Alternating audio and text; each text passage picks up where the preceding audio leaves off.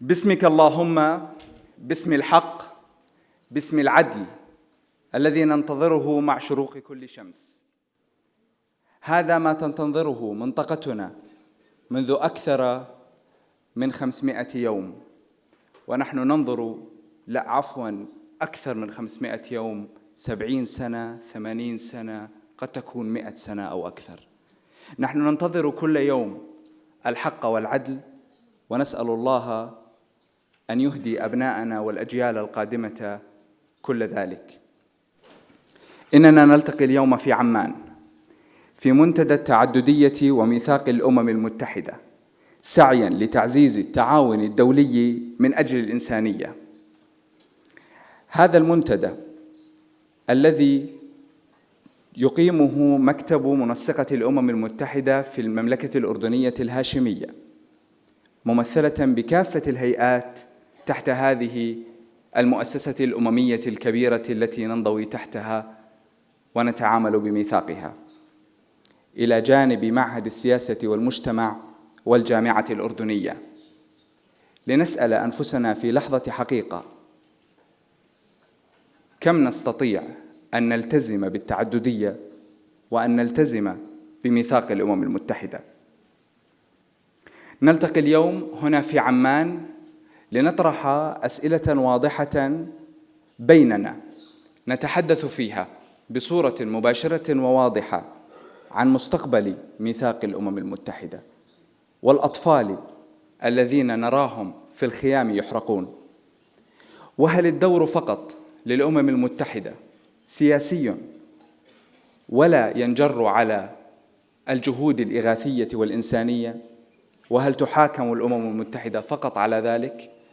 وما هو أدوار كل الدول الأطراف؟ اسمحوا لي أن أدعو في هذا الافتتاح عطوفة السفير ماجد القطارنة، أمين عام وزارة الخارجية للشؤون الدبلوماسية وشؤون المغتربين، ليتفضل بإلقاء كلمته مشكوراً.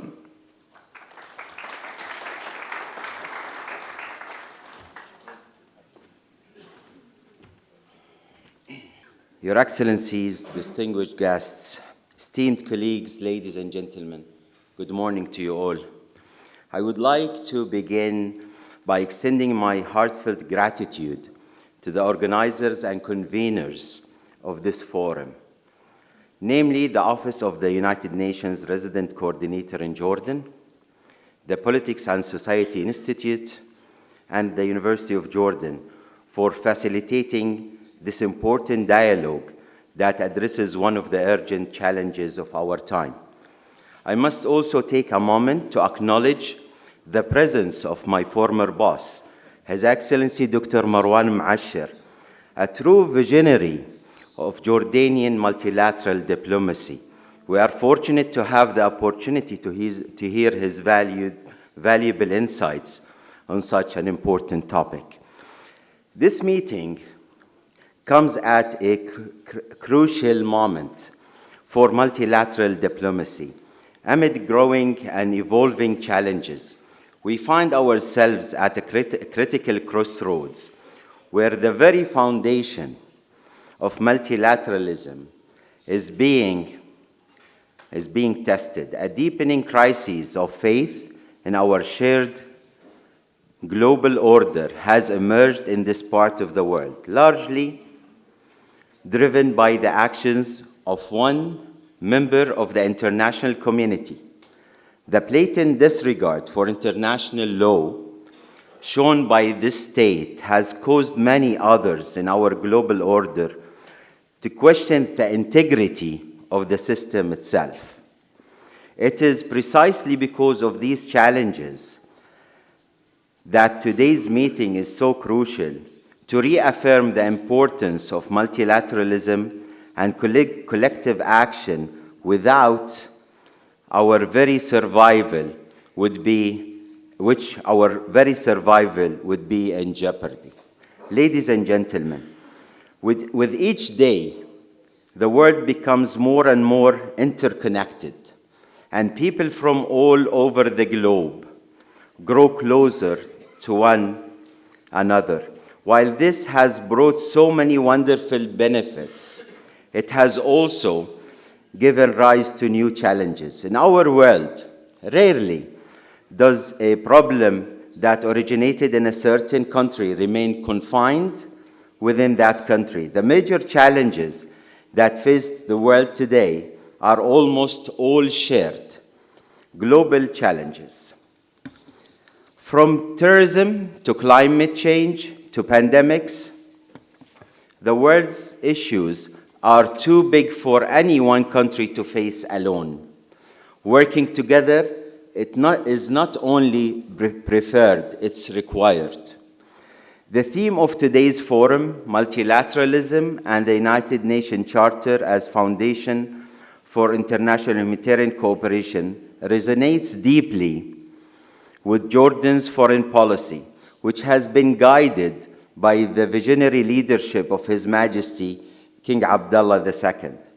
For decades, His Majesty has been a leading advocate for peace, stability, and multilateral cooperation, reinforcing Jordan's pivotal role as a humanitarian leader in a region often marked by instability. This brings me to one of the most vital objectives of multilateralism: ensuring a unified humanitarian response in times of crisis.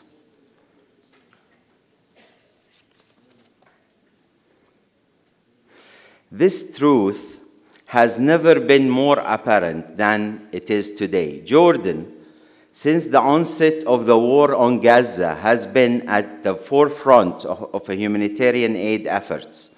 And allow me to offer a brief recount of what we have been able to achieve. Jordan, in collaboration with its partners, has delivered over 60,000 tons of aid via land convoys, has facilitated 390 humanitarian airdrops, and is operating 2 field hospitals in Gaza with 3 more in the West Bank. Jordan further sought to innovate and expand the methods of aid delivery, leading a project to form an air bridge to Gaza, with the pilot runs proving to be successful in delivering critical life-saving aid. I outline these efforts to say that none of this would have been possible without multilateral cooperation. Without its partners, Jordan would not be able to gather all the necessary resources, shore up the required personnel, or deliver to the people in need.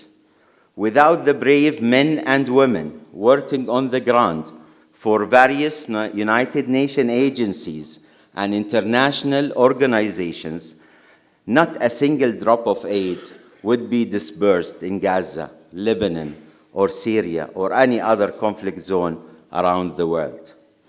Distinguished guests, Jordan's commitment to multilateralism runs deep, as shaped by the vision of His Majesty, King Abdullah II, who has always stressed the need for collective efforts to resolve joint issues. For example, Jordan has been a steadfast contributor to the United Nations peacekeeping missions, deploying military, police, and civilian personnel to conflict zones around the world, whether it be in Haiti, Lebanon, the Democratic Republic of the Congo, Cote d'Ivoire, and so on.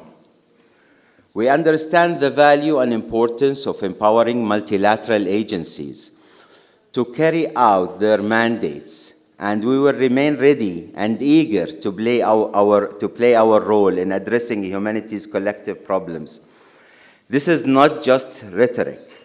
Jordan has consistently shown its commitment to turning words into meaningful actions. At the outset of the war in Gaza and the ensuing humanitarian crisis, Jordan was of the first countries back in November 2023 to bring together international aid agencies to coordinate efforts and to spearhead a truly international response to the situation in Gaza. Building on this momentum, Jordan hosted another conference titled call for action, urgent humanitarian response for Gaza, which brought together 132 countries, agencies, and institutions, further underscoring Jordan's dedication to multilateral diplomacy and its deliberate utilization of it. And this was co-hosted by His Majesty and President Sisi of Egypt and UN Secretary General Guterres. Ladies and gentlemen, this forum is not merely an opportunity for dialogue, it's a call for action. The premise is simple. For common problems, we need common solutions. Working in silos will only alleviate the symptoms temporarily without addressing the root cause. We need genuine partnership based on collaboration and cooperation to achieve our shared objective and make our world a better place for us and for generations to come. And I think I missed the UNRWA, correct? Okay.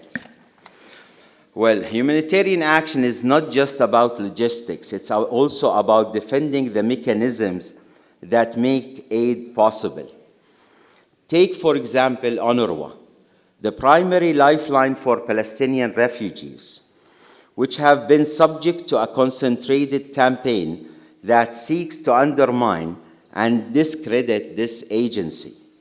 Instead of supporting the agency in the Palestinian refugees' most desperate hour of need, Israel has instead sought to challenge UNRWA and its mandate in every facet of its operations. It's important to remember how UNRWA came about to call into mind what it stands for. UNRWA was established as the international community's collective humanitarian response to address the plight of the Palestinian people all the way back in 1949. Thereby, defending UNRWA is not simply about defending a UN agency, it's about defending humanity itself. Let us unite to ensure that the suffering of innocent people around the world is met with solutions, that the challenging facing United Nations agencies are overcome, and that our shared humanity remains at the forefront of our collective efforts. To the organizers, our speakers, and participants, I extend my deepest gratitude.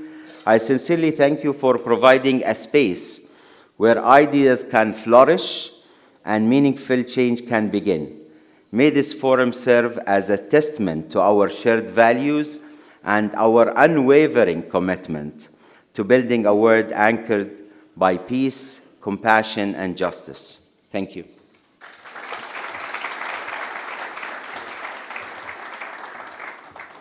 Thank you, Your Excellency.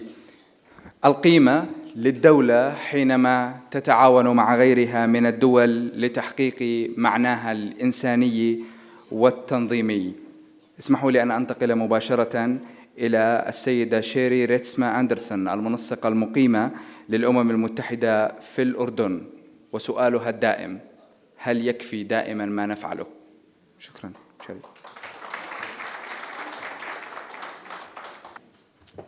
Good morning, colleagues. Your Excellency, Ambassador Majid Qatarneh, Secretary General of the Ministry of Foreign Affairs, and expatriates, excellencies that have joined us, representatives and ambassadors of over 40 nations that have come here this morning, other distinguished guests, friends, civil society, even students, thank you for joining us this morning, and the UN agencies, of course, my colleagues. We are so delighted to have you here today. It's really a privilege to welcome you to this forum on multilateralism, a concept that has shaped our modern world and guides our collective efforts for peace, justice, and development. Today, we're gathered together in part to mark the 79th anniversary of the United Nations, which occurred in October. Traditionally, we as the UN might commemorate this event or this occasion with a community gathering or a reception or something of that nature. However, the gravity of the situation in the region demands a more thoughtful response this year than a party. Because in the wake of a year of immense suffering across this region, since the deplorable attacks on October 7, 2023, which killed over 1,250 people, including women and children, and a wave of shocking violence and bloodshed has swept across the region, where in Gaza alone, an Israeli military campaign has brought relentless death and destruction to Palestinians, and some 150,000 Palestinians have been killed or injured, and 345,000 face catastrophic levels of food insecurity, and where 101 people from numerous nationalities remain held hostage by Hamas or other individuals, where the occupied West Bank has become a tinderbox of violence and tension, where millions across the region have been displaced, dozens of neighborhoods and cities have been destroyed, and children of many nationalities go to bed scared, missing their relatives, and afraid of what tomorrow might bring. Where diplomatic efforts have faltered, international humanitarian law has been shredded, and faith in the international system has been shaken.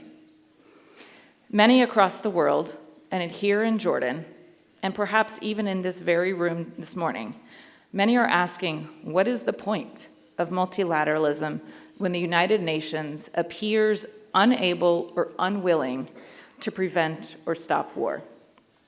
Against this backdrop, the idea of a forum born of a partnership between the United Nations and Jordan, the Politics and Society Institute, and the University of Jordan, with support from the Ministry of Foreign Affairs, the idea was born as a way to commemorate the creation of the United Nations by pausing to reflect on the origins of multilateralism, to confront its challenges, and to explore ways to strengthen it in these critical times. Because despite how difficult this moment is, and how far away peace and justice may seem, it is our belief that abandoning multilateral cooperation is not an option. Personally, let me share with you that after 20 years of humanitarian work in emergencies, from conflicts in Gaza and the West Bank, in Iraq, Sudan, from working on Ebola in the Democratic Republic of Congo, to multiple earthquakes in Indonesia, all of this experience has shown me, in very real and human terms, both the unbelievable suffering that we as humans can cause each other, but as well the good that we can create when we work collectively to overcome these insurmountable issues and advance each other's rights together. The origins of multilateralism lie in the very realization that humanity's collective challenges require collective outcomes and collective solutions, Collective challenges require collective solutions. The devastation of 2 world wars showed us, it laid bare the limitations of unilateral action. Out of this, in 1945, the United Nations was born, a beacon of hope that reflected humanity's resolve to overcome division and build a foundation for peace for all. It provided a platform for where nations could work together to prevent or end conflict, to uphold human rights, and to foster development. It created the principle that these high goals would require collective effort, and it would be a shared responsibility of all nations.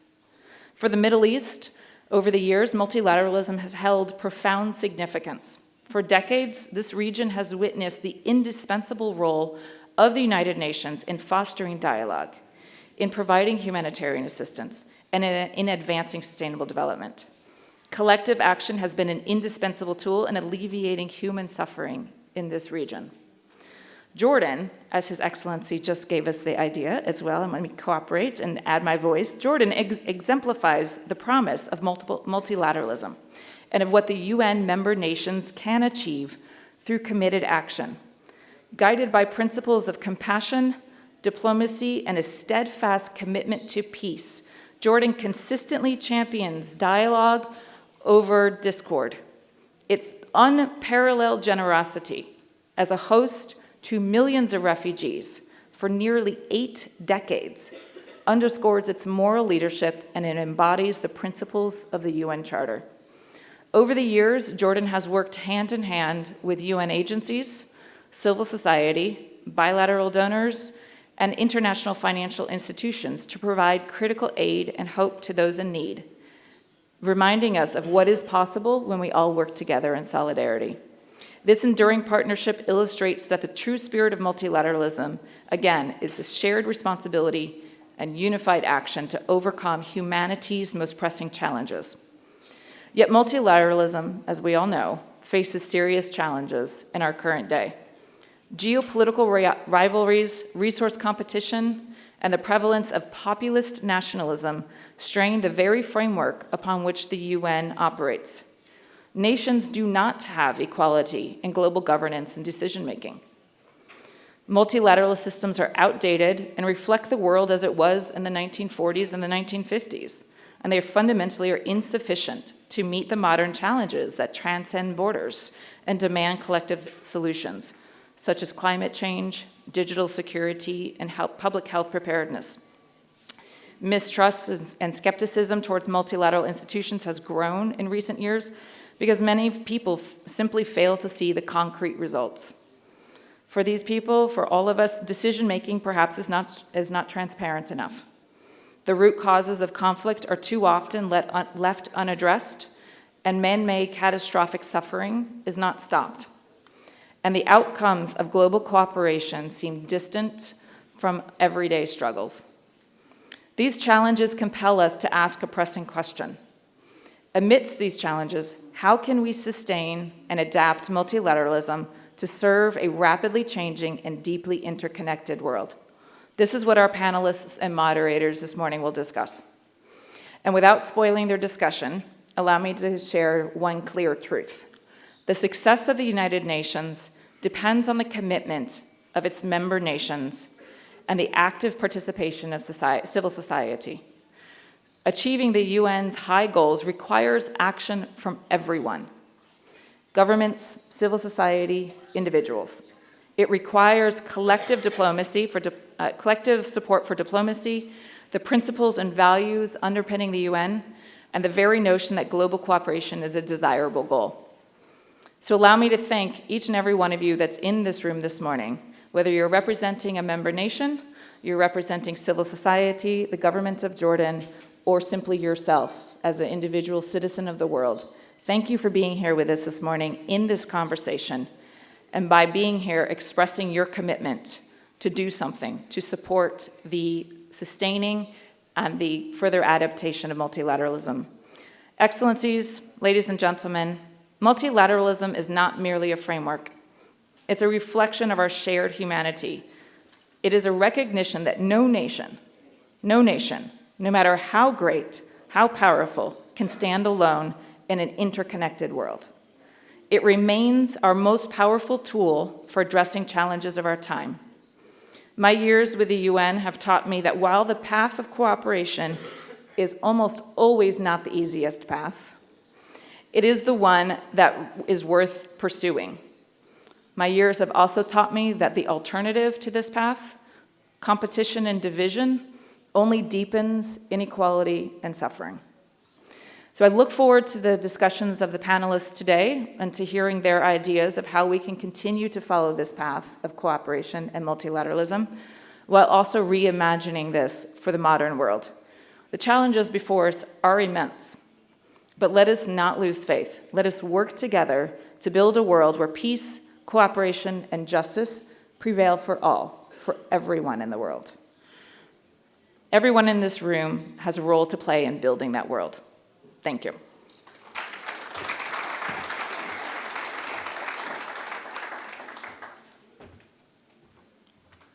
لا يمكننا أن نعمل وحيدين ولا يمكن ليد واحدة أن تصفق. لحظة الحقيقة هذه تحتاج لمن يتحدث عن الواقعية السياسية. اسمحوا لي أن أرحب بالعزيز مندوب رئيسي الجامعة الأردنية الأستاذ الدكتور حسن المومني عميد كلية الأمير الحسين للدراسات الدولية، فليتفضل مشكورا.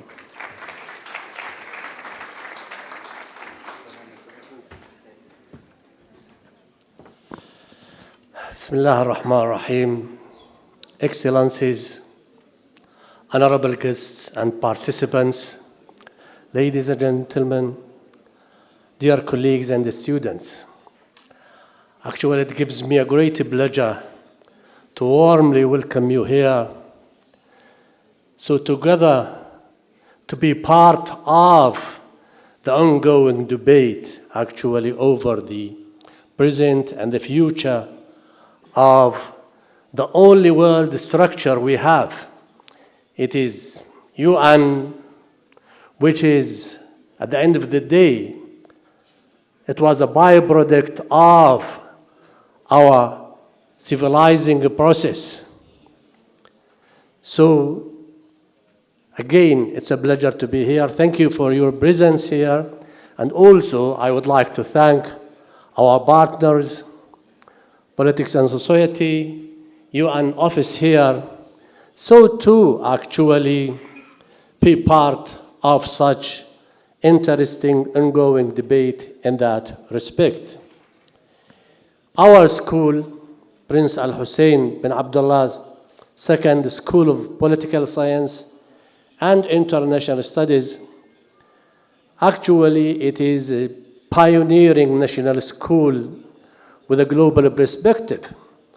And speaking of UN and world structure and so on and so forth, almost UN is part of our daily teaching, researching activities. And we are part of such domestic, regional, global debate in that respect. And of course, since my friend mentioned realpolitik, of course, when we speak of UN, it is a byproduct of Kantian's traditions in that respect. But at the same time, since its creation, it has been also influenced by Hobbesian Ibn Khaldun traditions in that respect. Personally, I belong to, a mixture of liberalism and realism in that sense. So, speaking of the current state of affairs at the global level, challenges has been always there. Challenges are not new.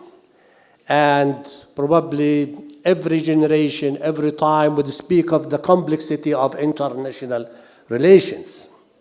What's different today, actually, is probably our civilizing process, international relations have developed to the point where international relations have become everyone's business.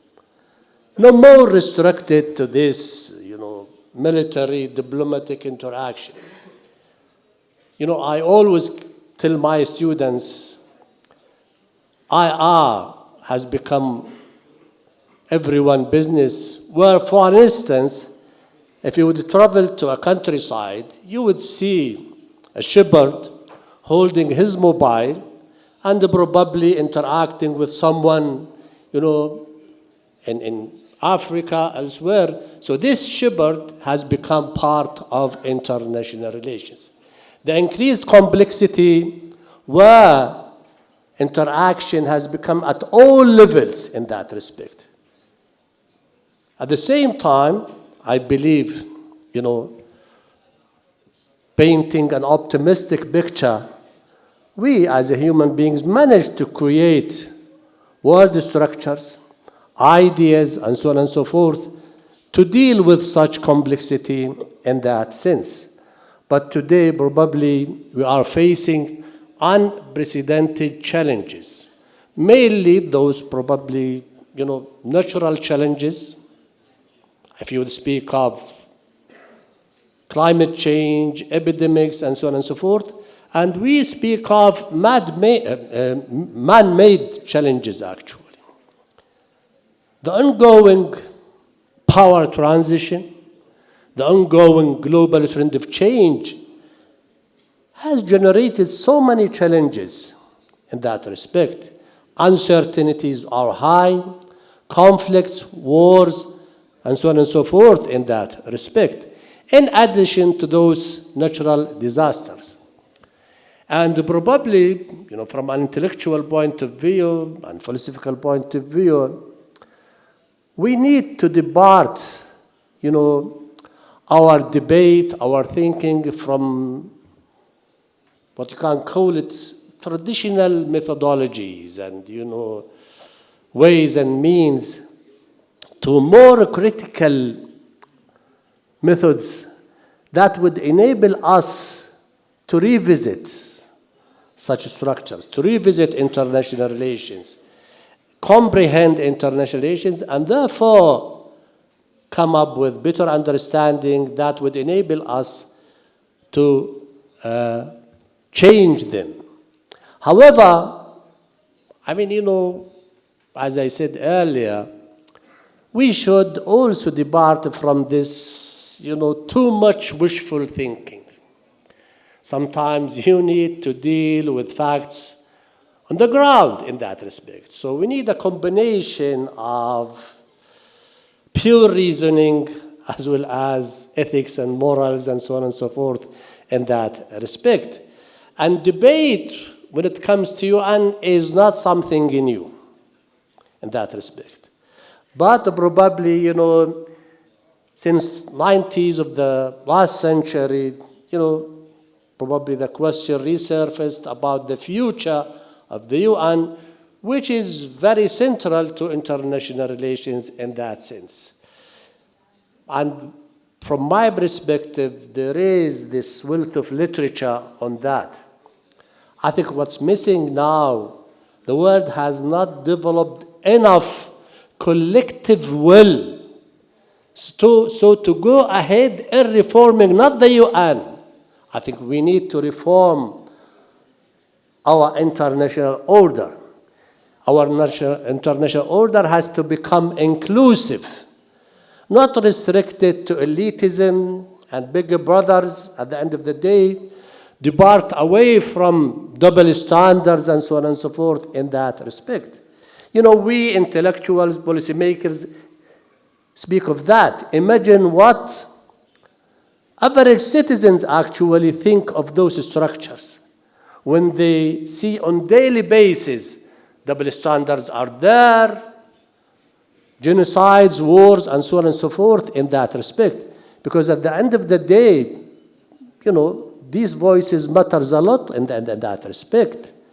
So I think we need to change our methodology, our approach, so to become inclusive in that sense. Now, speaking of our region, which is not disconnected from world politics, I think our region, probably one of the regions that need most to rethink itself, to start practicing wishful thinking along with this realpolitik in that respect. We need to start consolidating our regional state system in that sense. We need to actually give much room to those visionary leaders and countries who have been contributing greatly to regional and world peace in that respect. And actually that brings me to Jordan. Jordan, a rational actor under the leadership of His Majesty King Abdullah II in that respect. And, it's widely acknowledged notion that Jordan has been always part of the solution, not part of the problem in that sense. So we need rationality, we need wisdom in that sense. And I think Jordan, as an active and effective member within the UN, whether in the General Assembly or a number of times in the Security Council, has contributed greatly in terms of its contribution and participation in many UN resolutions, in humanitarian activities, to the point where Jordan has become one of the most active players in world politics when it comes to humanitarian aid and so on and so forth in that respect. And I think, I don't want to exaggerate, but Jordan has become a focal point, a reference point when it comes to the international politics of the Middle East and elsewhere in that respect. So Jordan, I think, need to benefit from such long experience in that sense. And of course, I don't want to speak much and to leave a room for Russia in that sense, but honestly, this is an interesting opportunity where Jordan, represented by the Foreign Office, University of Jordan, Politics and Society, along with our global structure, is debating an interesting issue which has become imperative, reforming UN imperative. And also, of course, by the way, multilateralism is facing competition from what? From regionalism and bilateralism. Nowadays we speak of rising powers, well-established powers. Rising powers are focusing so much on regionalism rather than multilateralism. And probably multilateralism for some people is a tool rather than an idea or part of this liberal thinking in that sense. So we have to meet, debate, and reach a compromise. And through compromise and accommodation, I think we can regulate our international relations. We can contain war, if not eradicating war and creating peace. Once again, thank you very much for your presence. It's a pleasure.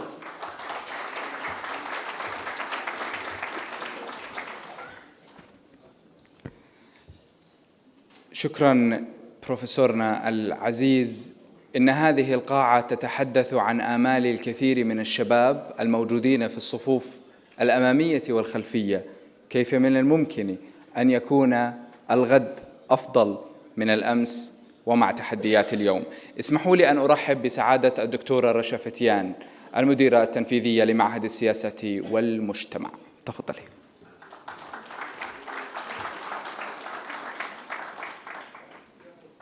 صباح الخير. I will provide my speech in Arabic for whom would like to use the mics.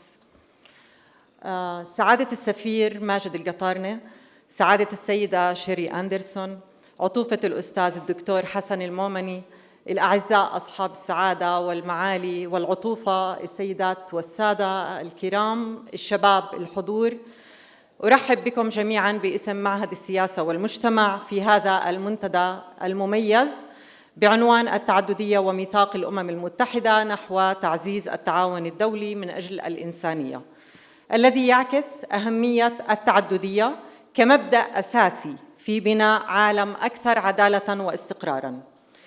إنه لمن الضروري أن أبرز الدور الذي تلعبه الأمم المتحدة ليس فقط كمظلة للتعاون الدولي، ولكن أيضاً كعامل حاسم في التصدي للأزمات الإنسانية والسياسية والتنموية. هنا اسمحوا لي أن أقتبس ما قاله السيد الأمين العام للأمم المتحدة غوتيريتش مذكراً الإنسانية جمعاء، أن الأمم المتحدة قادرة على العمل من أجل تحقيق مستقبل أفضل للجميع. في هذا الإطار أود أن أشير إلى أن الأمم المتحدة تعمل على تحقيق التوازن ما بين السيادة الوطنية والصالح العالمي، وتقدم نموذجاً للتعاون متعدد الأطراف لمعالجة تحديات تتجاوز الحدود، من تغير المناخ إلى النزاعات المسلحة. ومع ذلك تواجه المنظمة تحديات متزايدة، لا سيما في ظل تصاعد النزاعات الأحادية وتراجع الالتزام الدولي بالقانون الإنساني وحقوق الإنسان، الذي لم يكن يوماً ترفاً، إنه أساس السلام والعدالة في العالم. وفي ضوء ما يتعرض له الشعب الفلسطيني في غزة والضفة الغربية والقدس المحتلة والأشقاء العرب من جرائم حرب وإبادة وتطهير عرقي، لا بد أن نتناول دور الأمم المتحدة ومؤسساتها في التصدي للمعاناة الإنسانية والعمل على وضع حد للانتهاكات لحقوق الإنسان والجرائم المرتكبة ضد الإنسانية. ومن المؤسف أننا نشهد قرارات مثل حظر عمل وكالة الأمم المتحدة لإغاثة وتشغيل اللاجئين الفلسطينيين الأونروا في الأراضي الفلسطينية المحتلة، التي تمثل انتهاكاً صارخاً للحق في الحماية الإنسانية وتقديم الخدمات الأساسية للمحتاجين لها. إن الدور الأسمى للأونروا لا يقتصر على توفير الدعم الإنساني، بل يتجاوز ذلك ليذكر العالم بوضع اللجوء المؤقت وضرورة الوفاء بالمسؤولية الدولية تجاه ضمان حق العودة للاجئين الفلسطينيين من دول الشتات. إن مثل هذه القرارات لا تضعف فقط الدور الإنساني للأمم المتحدة، بل تفاقم معاناة اللاجئين وتحرمهم من حقوقهم الإنسانية أو الأساسية التي يكفلها القانون الدولي. لذا يشكل هذا المنتدى منصة مهمة لرفع الصوت عالياً ضد هذه الجرائم والانتهاكات، وحث المجتمع الدولي على تحمل مسؤولياته في حماية الشعوب المضطهدة، ودعم مؤسسات الأمم المتحدة الساعية لتخفيف معاناتهم، ودعوة للدول الفاعلة في النظام الدولي للتوقف عن ازدواجية المعايير والكيل بمكيالين عندما يتعلق الأمر بالاحتلال الإسرائيلي وانتهاكاته المتواصلة للقانون الدولي والقانون الإنساني والقانون الدولي الإنساني والقانون الدولي لحقوق الإنسان. كما هنا اسمحوا لي أود أن أبرز التكامل بين أهداف هذا المنتدى ورسالة معهد السياسة والمجتمع، الذي يعد مركز تفكير وأبحاث ودراسات أردني مستقل يهدف إلى تحقيق الاستقرار والازدهار في الأردن والإقليم، حيث نعمل في المعهد على تحليل المخاطر واستشراف التغيرات وطرح حلول عملية للتحديات السياسية الأمنية والاقتصادية والاجتماعية، مع التركيز على التحولات الديموغرافية ودور الشباب في السياسة والمجتمع. إن مساهمة المعهد في تعزيز المعرفة وتوضيح السياسات العامة تتقاطع مع رسالتنا هذا اليوم في تعزيز التعاون متعدد الأطراف لمواجهة التحديات الراهنة. اليوم نتطلع إلى مناقشة حيوية تسلط الضوء على كيفية تعزيز قيم ميثاق الأمم المتحدة مع التركيز على تجارب حية من منطقتنا، فالأمثلة الميدانية من جهود الأمم المتحدة في غزة واليمن وليبيا والعراق وسوريا وباقي دول المنطقة تقدم لنا دروساً قيمة حول دور التعددية في مواجهة الأزمات وتحقيق العدالة والسلام. وأغتنم هذه الفرصة لأتقدم بجزيل الشكر إلى جميع شركائنا في تنظيم هذا المنتدى، وعلى رأسهم وزارة الخارجية الأردنية والجامعة الأردنية ممثلة بكلية الأمير الحسين بن عبد الله الثاني للدراسات الدولية ومكتب منسقة الأمم المتحدة في الأردن، الذين كان لتعاونهم المثمر دور كبير في إقامة وإنجاح هذا الحدث. وأشكر جميع الشركاء والمتحدثين بشكل مسبق في هذا المنتدى، وأدعوكم جميعاً إلى التفاعل والمشاركة البناءة بما يسهم في صياغة توصيات تساهم في مواجهة التحديات الراهنة وتحقيق أهداف المنتدى. وأدعوكم لمشاركتي إلى جانب كل من السيدة شيري والدكتور محمد أبو رمان أيضاً بالشكر الجزيل لفريق العمل الذي كان وراء إقامة هذا الحدث اليوم من فريق مكتب منسقة الأمم المتحدة، وأخص بالذكر ختام ملكاوي وحنان يحيى، ومن معهد سياسة والمجتمع فريق العمل كاملة وعلى رأسهم حسين السرايرة، أحمد القضاء، يوسف، رنا، راشد، رينا، أنس، جميع الفريق، فرح وختاماً بتأشر لي فرح وختاماً أتمنى أن يثمر لقاءنا اليوم عن حوار ناجح يلهمنا جميعاً لبناء مستقبل يعكس قيم التعددية وميثاق الأمم المتحدة. فالأمم المتحدة كما وصفها أمينها العام السابق بان كي-مون ليست مجرد منظمة، إنها رمز للأمل والتعاون في عالم يتطلع إلى السلام. وشكراً لكم. شكرا جزيلا لكم. بهذا نختتم الجلسة الافتتاحية، وبناء على طلب العديد من الضيوف فسنستغرق فقط من الوقت 5 دقائق استراحة ما بين الجلسة الافتتاحية والجلسة الأولى. لكن اسمحوا لي قبل أن نختم الجلسة الافتتاحية أن نقف دقيقة صمت على شهداء المنطقة من المدنيين والعاملين في هيئات الأمم المتحدة المختلفة، وقراءة الفاتحة على أرواحهم. لحظة حقيقة أخرى. شكرا جزيلا لكم. سننتقل إلى الجلسة الافتتاحية بعد 5 دقائق بالضبط. شكرا جزيلا.